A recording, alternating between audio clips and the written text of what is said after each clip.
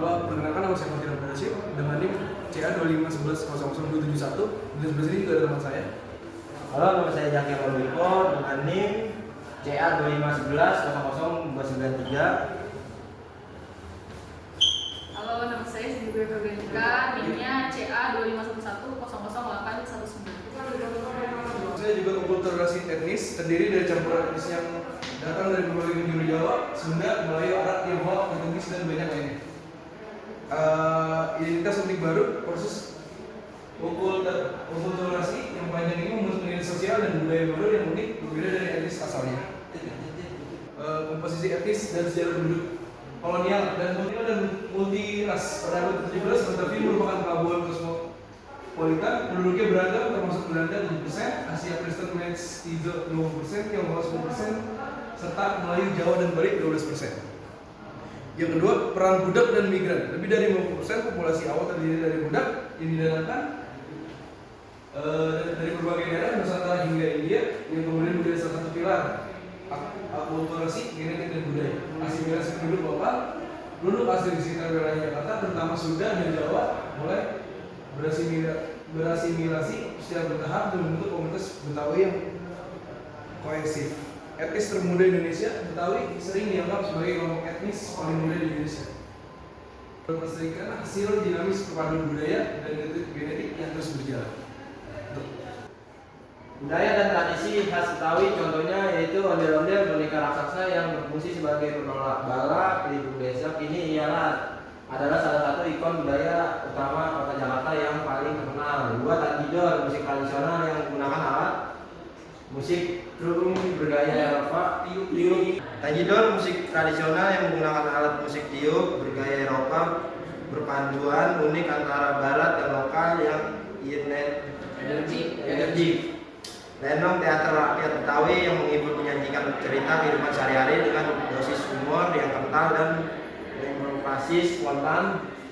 Kerak telur itu makanan khas Betawi yang terbuat dari beras ketan, telur, bebek, ebi, dan bumbu makanan wajib yang melambangkan kekayaan kuliner Betawi. Bahasa dan nilai agama yang mendominasi. Satu itu bahasa Betawi, kekuatan komunikasi ibu kota. Bahasa Betawi adalah dialek khas yang berevolusi dan bahasa Melayu. Bahasa dengan intervensi signifikan dari berbagai bahasa lain, termasuk Sunda, Jawa, Tionghoa, dan Belanda. Ciri khas pengguna vokal E seperti lu dan gue, dan intonasi yang lugas. Fungsi menjadi gue Franca informal di Jakarta, digunakan oleh hampir semua kalangan sosial. Dua, pengaruh kekuatan agama Islam.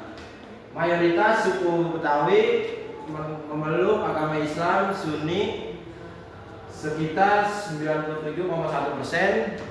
Kehidupan sehari-hari sangat diwarnai oleh nilai-nilai Islam dan tradisi lokal. Kehidupan sosial Betawi sangat terikat pada masjid, musola, dan kegiatan keagamaan berbuat solidaritas.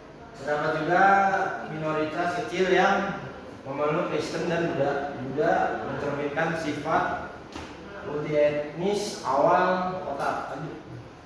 Kehidupan sosial dan perubahan ekonomi, solidaritas warga, iklan keluargaan yang sangat kuat menjadi jaringan pengaman sosial, dan ekonomi dalam menghadapi tekanan urbanisasi dan biaya hidup tinggi di Jakarta. Dua, urbanisasi drastis. Banyak lahan pertanian Betawi di pinggiran kota telah berganti fungsi menjadi kawasan perumahan, industri, dan komersial, mengubah mata pencarian tradisional. Mata pencarian secara historis adalah pertanian dan perkebunan. Ini Betawi banyak bekerja di sektor informal, pedagang, ejek, pegawai negeri atau wira swasta skala kecil.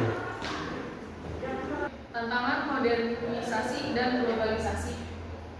Laju perkembangan Jakarta sebagai kota megapolitan telah mengerus sebagian besar tradisi Betawi. Yang pertama, tradisi urbanisasi yang cepat dan banjirnya budaya populer asing menyebabkan generasi muda Betawi perlahan meninggalkan seni dan tradisi leluhur mereka. Yang kedua, seni pertunjukan langka. Seni tradisional seperti lenong dan ondel-ondel menghadapi penurunan panggung. Dengan sedikitnya generasi muda yang tertarik untuk mempelajarinya secara serius. Yang ketiga, resistensi pendidikan formal. Secara historis, terdapat resistensi terhadap sekolah formal yang dianggap sebagai bagian dari budaya asing yang berdampak pada tingkat pendidikan dan daya saing di era modern. Upaya pelestarian budaya Betawi. Yang pertama, peraturan pemerintah, aturan seperti pergub untuk ornamen. Yang kedua, festival kota, perayaan publik dan promosi budaya. Yang ketiga, pelestarian Betawi, sinergi, regulasi, desa dan festival. Yang keempat, desa budaya, pusat pelestarian tradisi lokal. Kisah nyata kontras Kemang dan Setu Babakan. Kemang bertransformasi total. Dahulu adalah desa Betawi yang subur dengan sawah dan kebun. Kini Kemang bertransformasi menjadi kawasan elit, pusat hiburan malam dan komersial. Yang pertama, banyaknya warga Betawi menjual tanah mereka untuk biaya haji dan pendidikan.